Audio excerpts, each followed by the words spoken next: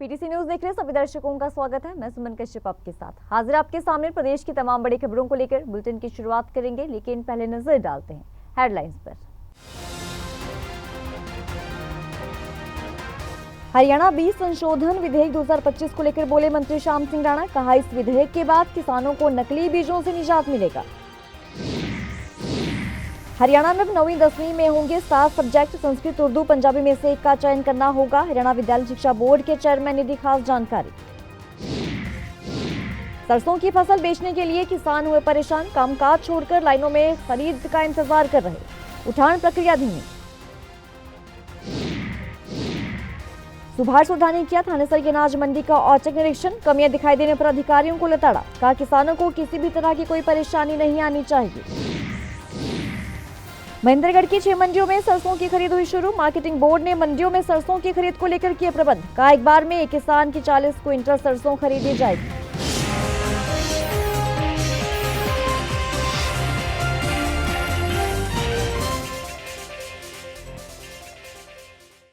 और अब खबरें विस्तार से। हरियाणा के कृषि और किसान कल्याण मंत्री श्याम सिंह राणा ने कहा कि हरियाणा बीज संशोधन विधेयक 2025 के बाद किसानों को नकली और मिलावटी बीजों से निजात मिलेगा। कृषि मंत्री अपने निवास पर लोगों की समस्याएं सुनने के बाद पत्रकारों से बातचीत कर रहे थे। तो इस दौरान उन्होंने विधेयक के बाद बीजों निर्माताओं और विक्रेताओं के विरोध पर यह कहा कि अगर बीज असली हैं तो किसी को कोई दिक्कत नहीं होनी चाहिए। सरकार का उद्देश्य किसानों को नकली और मिलावटी बीजों से निजात दिलाना है ताकि उनकी आमदनी जो है वो बढ़ सके। सुनिए क्या कुछ कहा।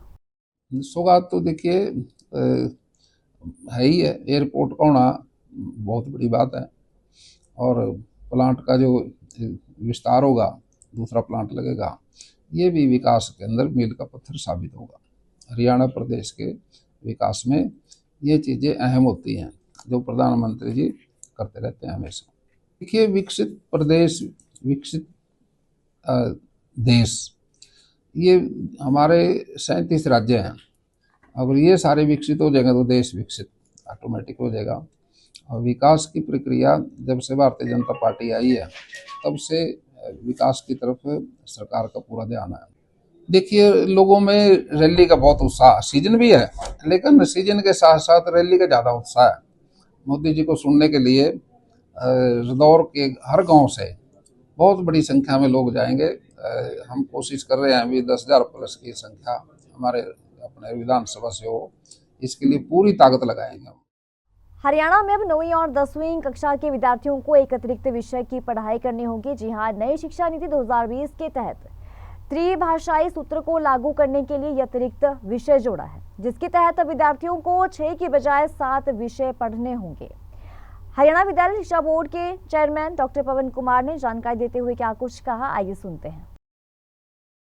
जैसा कि आप और हम सभी जानते हैं, NEP 2020 में यह एक प्रावधान है कि इनिशियल स्टेज में तो मातृभाषा में बच्चे को कुछ शिक्षण जो दिया जाता है, लेकिन 9th क्लास के बाद 9वीं 10वीं क्लास जो है उसमें त्रिभाषा फार्मूला हमने लागू किया है। NEP 2020 के ही आधार पर इसको लागू किया गया है, जिसमें इंग्लिश और हिंदी के अलावा संस्कृत, पंजाबी और उर्दू, इन 3 भाषाओं यानी संस्कृत, पंजाबी और उर्दू में से कोई एक भाषा वैकल्पिक विषय के रूप में विद्यार्थी को चुननी होगी।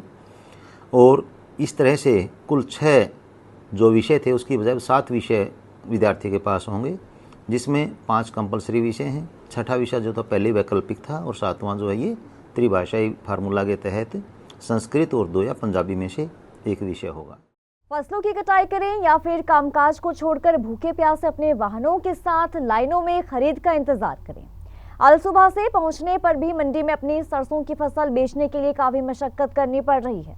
टोकन व्यवस्था ढीली होने के चलते किसानों को खासी परेशानियों का सामना भी करना पड़ा है।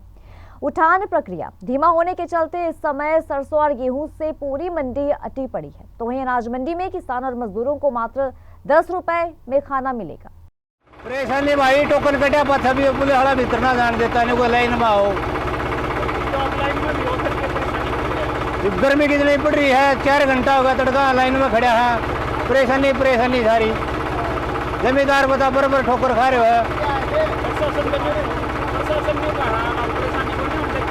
परेशानी कितनी परेशानी हो है, 3 किलोमीटर तक तो लाइन में लग के आना पड़ा है। और फिर ये कहते हैं कोई कट्टो करवा लो, फिर लाइन में लाइट किया हो। ये हमारी दिक्कत से बता जमींदार को। और गेट नंबर 2 पर हमारे 2 काउंटर है, जिसमें हमने दो डाटा एंट्री ऑपरेटर को डेप्यूट किया हुआ गेट पास काटने के लिए। लंबी लाइन लगने के कारण कई बार क्या होता है कि जमींदार को जिस मोबाइल नंबर से रजिस्ट्रेशन करवाया है उसको कई बार पता नहीं होता, या कई बार आधार कार्ड वो लेकर नहीं आता, वो घर से पूछते हैं, तो उस गेट पास कटने में कुछ टाइम लग जाता है, जिसकी वजह से लाइन लग जाती है। उसके लिए भी फिर हमने 2 डाटा एंट्री ऑपरेटर एक गेट पर डेप्यूट किए हुए हैं, ताकि भाई जल्दी हम गेट पास जारी कर सके। और कई बार अगर ज़्यादा दिक्कत हो जाती है तो प्रशासन की अनुमति से हम टोकन जारी करके और ट्रैक्टर्स को अंदर ले लेते हैं, ताकि जमींदारों को धूप में खड़ा ना रहना पड़े।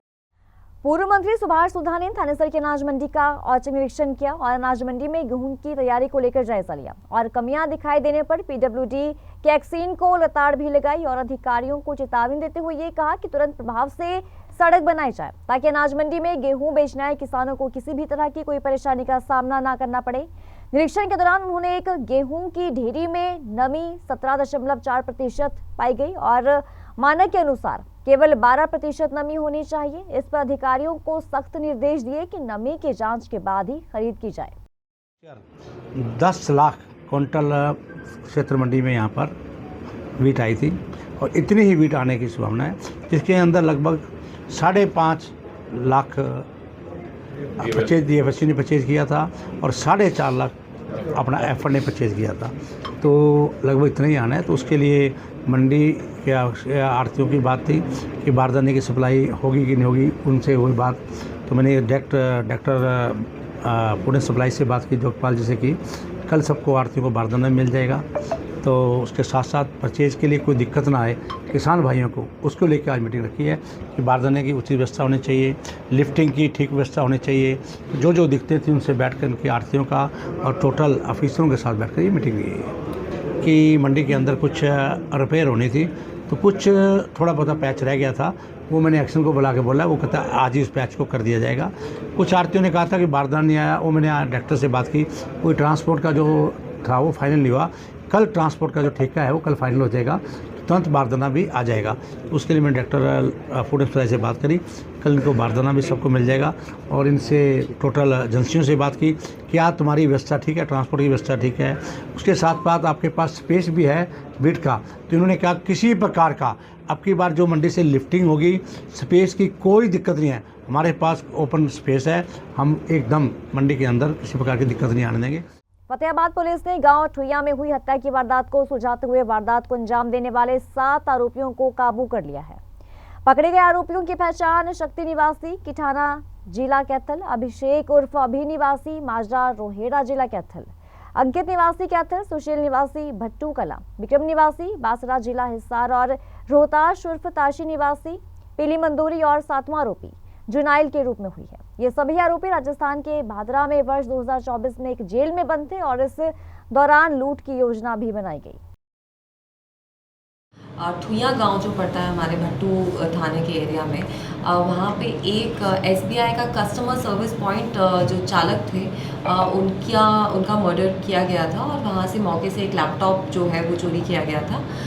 तो उसी इंसिडेंट के बारे में मैं बताना चाहूँगी कि ये जो इंसिडेंट है ये हमने वर्कआउट कर लिया है पुलिस ने, कि पुलिस ने फतेहाबाद पुलिस ने जो CIA टीम है उन्होंने 7 लोग इस मैटर में अरेस्ट कर लिए हैं। 4 व्यक्ति जो थे जो कि एक्चुअल घटना के टाइम जिन्होंने घटना को अंजाम दिया और 3 और लोग जो कंस्पिरेसी में उनके साथ शामिल थे रेकी करने में, लॉजिस्टिकल सपोर्ट प्रोवाइड करने में।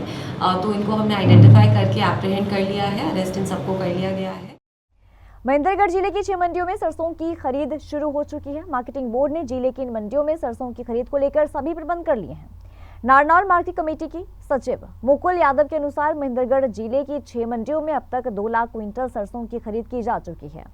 उन्होंने जानकारी दी कि समर्थन मूल्य पर सरसों की सरकारी खरीद 15 मार्च से शुरू हो गई और किसान का एक दाना सरसों का खरीदा जाएगा। उन्होंने कहा कि एक बार में किसान की 40 क्विंटल सरसों खरीदी जाएगी और इसके साथ ही मंडियों में किसानों के लिए उचित बैठने की व्यवस्था, हेल्प डेस्क जैसी सुविधाएं दी गई।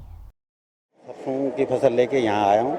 गवर्नमेंट ने बढ़िया व्यवस्था कर रखी है और मैडम बढ़िया तरियाँ पास कर रही है, बढ़िया तरियाँ ले रही है, कोई प्रॉब्लम नहीं है। क्या भाव ले रहे हैं सरकार? 5950 रुपये पूरे दाम दे मिल रहे हैं। और संतुष्टि से टोल हो रहा है, संतुष्टि से सारा काम हो रहा है। और मैं अपनी चर्च को लेकर आया था, बहुत बड़ी व्यवस्था है यहाँ, साफ सफाई भी है। और अभी मैडम आ गई है, वो टेस्ट कर रही है, थोड़ी देर में सिर से तुल जाएगी। का किसान हूँ और मैं अपनी सरसों की फसल अनाज मंडी नारोल में लेके आया था और मेरी फसल की पैदावार अच्छी थी। यहाँ का जायजा लिया तो यहाँ बिक्री के लिए लेके आया था, तो बढ़िया व्यवस्था है यहाँ की। और हमारी जो आजीविका है वो भी इसी सरसों के ऊपर निर्भर करती है।